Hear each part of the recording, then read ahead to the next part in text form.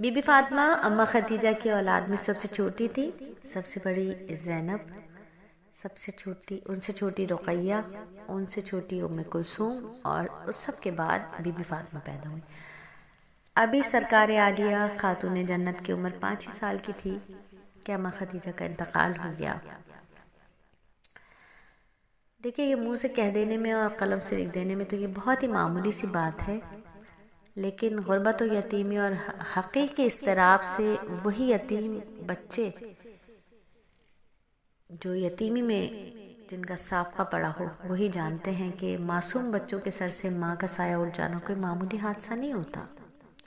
یہ جگر کو چیر دینے والا سانحہ ہوتا ہے. بڑے بڑے دل گردے والے اس آزمائش میں دل ملا جاتے ہیں.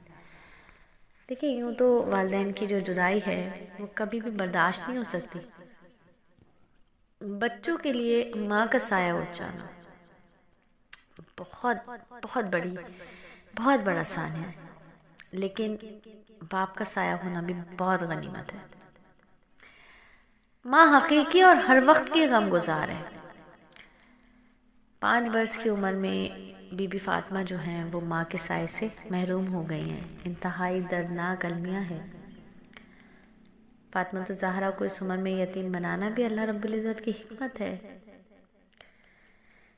کیونکہ کوئی سیرت حقائق و معرفت پر مکمل عبور حاصل نہیں کر سکتی جب تک کہ اسے تاثرات کا حادثات سے اسے صاف کھانا پڑے.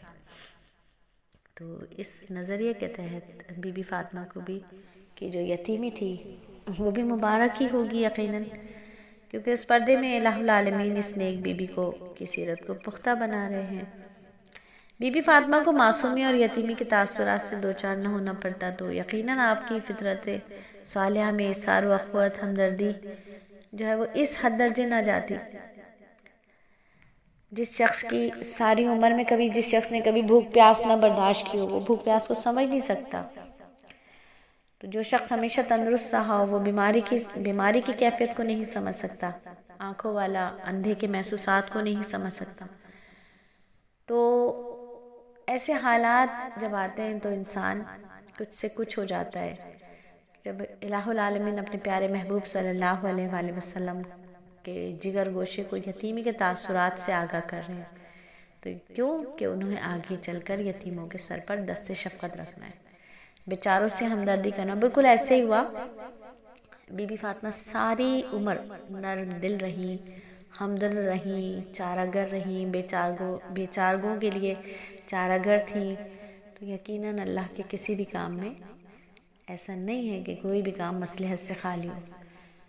بی بی فاطمہ نبی پاک صلی اللہ علیہ وآلہ وسلم کا جگر گوشہ تھی. امت کی ساری ہمدردیاں، سارے غم گساریاں آپ رضی اللہ تعالیٰ عنہ کے ساتھ ہیں. خود نبی پاک صلی اللہ علیہ وآلہ وسلم کا مبارک سایہ ان کے سر پر موجود تھا. یہ سب کچھ تھا، لیکن ایک قدرتی غم ہے کہ ماں چلی گئی تھی. ایک قدرتی غم تھا جو آپ پر ہر وقت طاری رہتا تھا. ابھی بہت چھوٹی تھی، ماں کی شفقت سے محروم ہو گئی تھی. یہی وجہ ہے کہ بی بی فاطمہ کے چہرے پر ہمیشہ اداسی نمایاں رہتی تھی، خاموش طبیعت تھی. بی بی فاطمہ کی آنکھیں ہر وقت کسی کو تلاش کرتی. کوئی ایسی جگہ نہ تھی جہاں ان کی ماں انہیں نظر آتی. جب مایوسی حد سے بڑھ جاتی تو پھر نبی پاک صلی اللہ علیہ وآلہ وسلم کے پاس بے قرار ہو کر آتی اور پوچھتی، ابا جان اماں کہاں گئی ہیں، کب آئیں گی؟ ہائے معصوم کو کیا پتا وہ معصوم تو اماں کو حقیقی یاد کر رہی تھی. وہ چاہتی تھی کہ کوئی تو سبھی لوگ کہ وہ اپنی ماں کو دیکھیں، لیکن وہ جانتی نہیں تھی کہ اماں جہاں گئی ہیں وہ ہمیشہ ہمیشہ کے لیے چلی گئی ہیں، ایسی جگہ جہاں سے کوئی واپس نہیں آتا. نبی پاک صلی اللہ علیہ وآلہ وسلم ان کو پیار کرتے، تسلی دیتے، لیکن کبھی یہ نہ کہتے کہ وہ ادھر گئی ہیں ادھر گئی. ہمیشہ صداقت کا سچا درجہ لحاظ رکھتے، اپنی لخت جگر کو تسلی کے لیے بھی جھوٹ نہ بولتے. مبارک فاطمہ رضی اللہ تعالیٰ عنہ کہ ایسا صادق اور امین باپ آپ کو ملا. تربیت اولاد کا اس سے شاندار نمونہ اور کیا ہوگا. آج کل ہم دیکھیں کہ والدین چھوٹی چھوٹی باتوں پر دن رات جھوٹ بول بول کے بچوں کو خوش کر رہے ہوتے ہیں. نبی پاک صلی اللہ علیہ وآلہ وسلم بی بی فاطمہ کی